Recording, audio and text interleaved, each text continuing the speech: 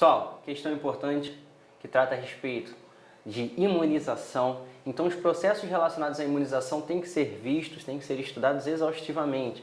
Saber a diferença entre vacinação, né, o que é o soro, quando que é importante utilizar um e o outro, como cada um vai atuar dentro do corpo, tá certo? Então, olha só o enunciado da questão. Observe o panorama feito entre os séculos 20 e 21 sobre a varíola. Século 20. Por meio de um novo regulamento sanitário, logo apelidado de Código de Torturas, Oswaldo Cruz tornou a vacinação obrigatória. Esta medida foi muito mal recebida pela população. Dizia-se que a vacina poderia matar ou, no mínimo, deixar a pessoa com cara de bezerro. Também corria o rumor de que as vacinas eram feitas com sangue de rato, aqueles mesmos que o governo comprara na campanha contra a peste. Até a varíola ser erradicada, ela assolou o mundo, inclusive o Rio de Janeiro. Os estrangeiros tinham medo de vir ao Brasil e a então capital do país era chamada de assassina de estrangeiros. Agora o panorama no século XXI. A varíola poderia ser usada como arma biológica de grande impacto, pois hoje a vacinação em massa não é mais feita e poucas pessoas estão imunizadas. Então ele dá um gráfico aí para vocês, tá? E olha só o que ele fala. Hoje em dia a vacinação tem extrema importância na prevenção de doenças. Observe o gráfico que mostra os níveis de anticorpos ao longo do tempo. A respeito dos tipos de resposta e a vacinação, a opção mais correta está representada na opção. Quando a gente observa o gráfico, pessoal, a gente vê o seguinte, em relação ao nível de anticorpos e o tempo. Eu tenho uma leve subida no nível de anticorpos produzida e depois de um determinado tempo, a produção ela é bem alta. E em cima, né, de cada curvinha tem escrito assim, resposta primária e secundária. Vamos entender o que acontece.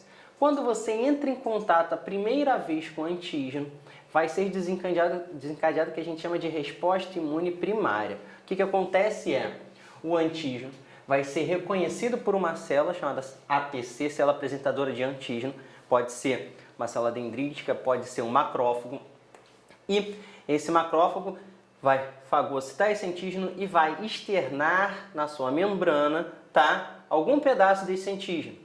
E aí esse pedaço vai ser apresentado, vamos pegar aqui, para um linfócito B. Esse linfócito B vai descobrir qual é o tipo de anticorpo específico para se encaixar nesse antígeno. E uma vez descoberto, esse linfócito B passa a se chamar plasmócito, que é a célula capaz de produzir anticorpos. Tá? É a célula potente em produzir anticorpos. Além disso, uma outra parte desses linfócitos B virarão células de memória imunológica. Células que já sabem qual é o anticorpo específico para aquele antígeno. Esse processo todo aqui leva um tempo de reconhecimento, de exposição do antígeno, de produção do anticorpo, para descobrir qual é o anticorpo específico para depois ocorrer a produção. Essa é a minha resposta imune primária. E a quantidade de anticorpo produzido é pequena. Caso eu entre em contato novamente com o antígeno, tá? Então eu vou desencadear aí uma resposta imune secundária.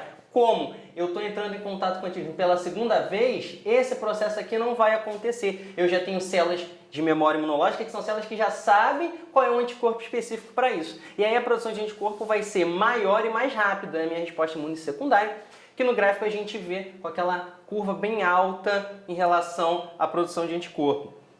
Então, a resposta mais correta é a alternativa C, que fala: a resposta imune primária se desenvolve quando o indivíduo entra em contato com o antígeno pela primeira vez, havendo a produção de anticorpos e desenvolvendo células B de memória imunológica. Quando o indivíduo entra em contato pela segunda vez, a produção de anticorpos será muito mais rápida e eficiente, pois as células B de memória imunológica vão reconhecer o antígeno e produzir os anticorpos. Esse processo representa bem a atuação das vacinas. Resposta, letra C. Até a próxima. Pessoal, a imunologia é um assunto bem importante e é interessante que saibamos os aspectos relacionados a isso.